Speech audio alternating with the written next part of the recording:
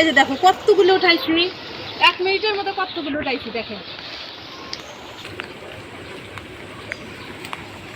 আসসালামু আলাইকুম বন্ধুরা, কেমন আছেন সবাই? আশা করি সবাই অনেক ভালো আছেন। আমি আলহামদুলিল্লাহ আপনাদের দোয়ায় অনেক ভালো আছি।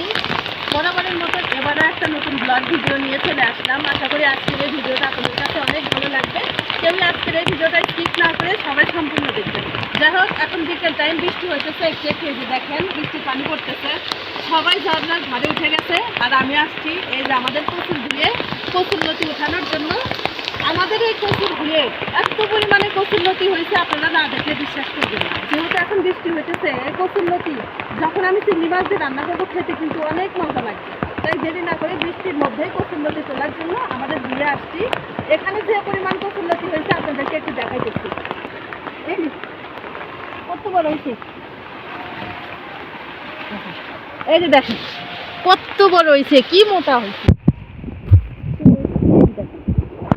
এই দেখেন, এই যে দেখেন কত বড় হয়েছে।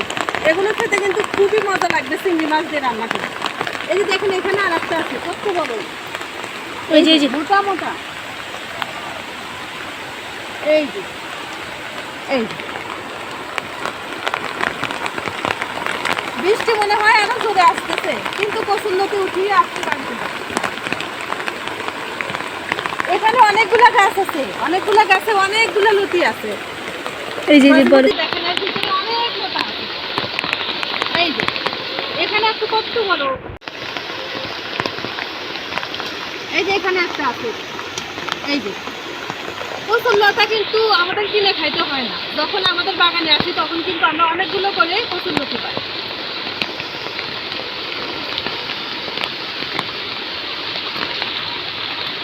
এই যে দেখেন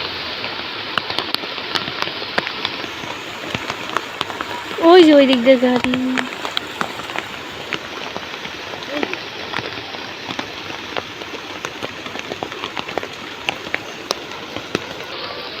এই যে দেখো কত বড়, কত মোটা হয়েছে। এই যে এই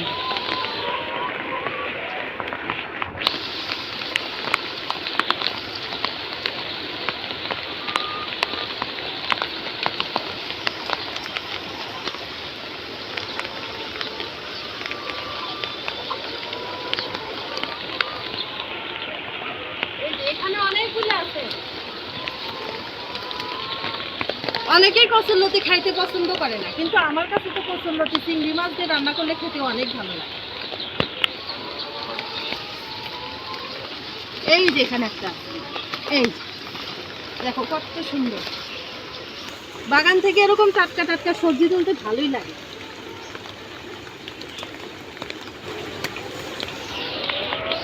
এই যে দেখো কতগুলো উঠাইছি, 1 মিনিটের মধ্যে কতগুলো উঠাইছি দেখেন।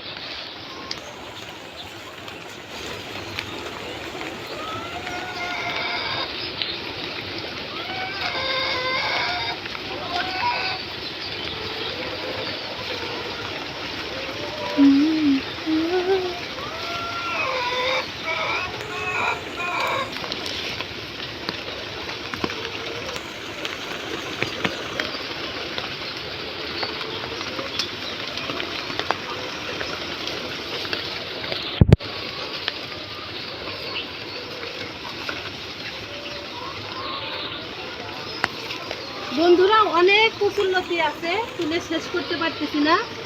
আর বেশি তুলবো না, আর অল্পই তুলবো, অনেকগুলো হয়েছে।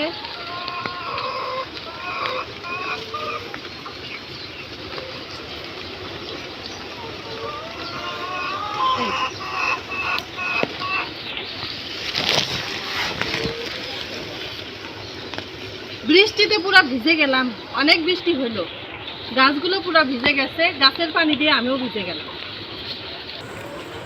এই গাছে হয়েছে এই যে ছোট ছোট, এই কালো কচুতে এই যে লতা হয়েছে দেখেন, এই যে ছোট্ট ছোট্ট। এগুলো কিন্তু বড় হবে, 2-1 দিনের মধ্যেই অনেক বড় হয়ে যাবে। সাদা কচুগুলোতে অনেক লতি হয়েছে, কিন্তু যেগুলো কালো আছে, কালো গাছগুলোতে একটু কমই হয়েছে।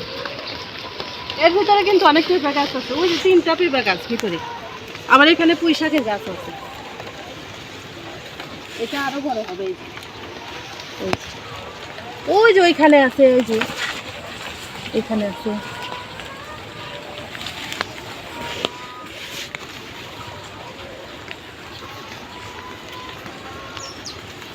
এই যে এই কালো কচুতে একটা হয়েছে, এই যে ছোট্ট, এই যে এটা এখন তোলা যাবে না। এই যে দেখেন, এই যে এই পাশে কত মোটা হয়েছে, এই যে এখান থেকে একটা বার হয়েছে। এই সময়ে কচুর লতি ব্যাপক বের হয় বৃষ্টির সময়, এই সময় খেতেও ভালো লাগে।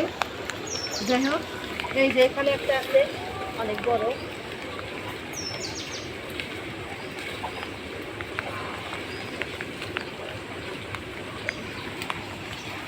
বন্ধুরা, বৃষ্টির মধ্যে ভিজে ভিজে কচুর লতি উঠাইলাম, দেখেন অনেকগুলো উঠাইছি, একদমই টাটকা, খুবই ভালো লাগবে এগুলো রান্না করলে। যাই হোক, বৃষ্টির মধ্যে তো লতি উঠালাম, এবার বাড়িতে যাব কিভাবে সেই চিন্তা করতেছি, কারণ রাস্তা অনেক পিচ্ছিল হয়েছে, পুকুর পাড় দিয়ে বাড়িতে যাওয়াই যাচ্ছে। বন্ধুরা, লতা উঠাই নিয়ে বাড়িতে যাইতেছি। এদিকে দেখেন আমাদের একটা পেঁপা গাছের ডাল পেঁপা সহ ভেঙে পড়ছে। এই যে এই যে দেখেন কত বড় একটা ডাল পেঁপে সহ ভেঙে পড়ছে। এটাকে পেরে সবগুলো পেঁপে পেরে নিয়ে যেতে হবে। রাস্তা কতটা পিচ্ছিল হয়েছে দেখেন, দুই পাশে কিন্তু পুকুর আছে, পুকুরের মাঝখান দিয়ে রাস্তা। এটা হচ্ছে আমাদের বাগানে আসার রাস্তা।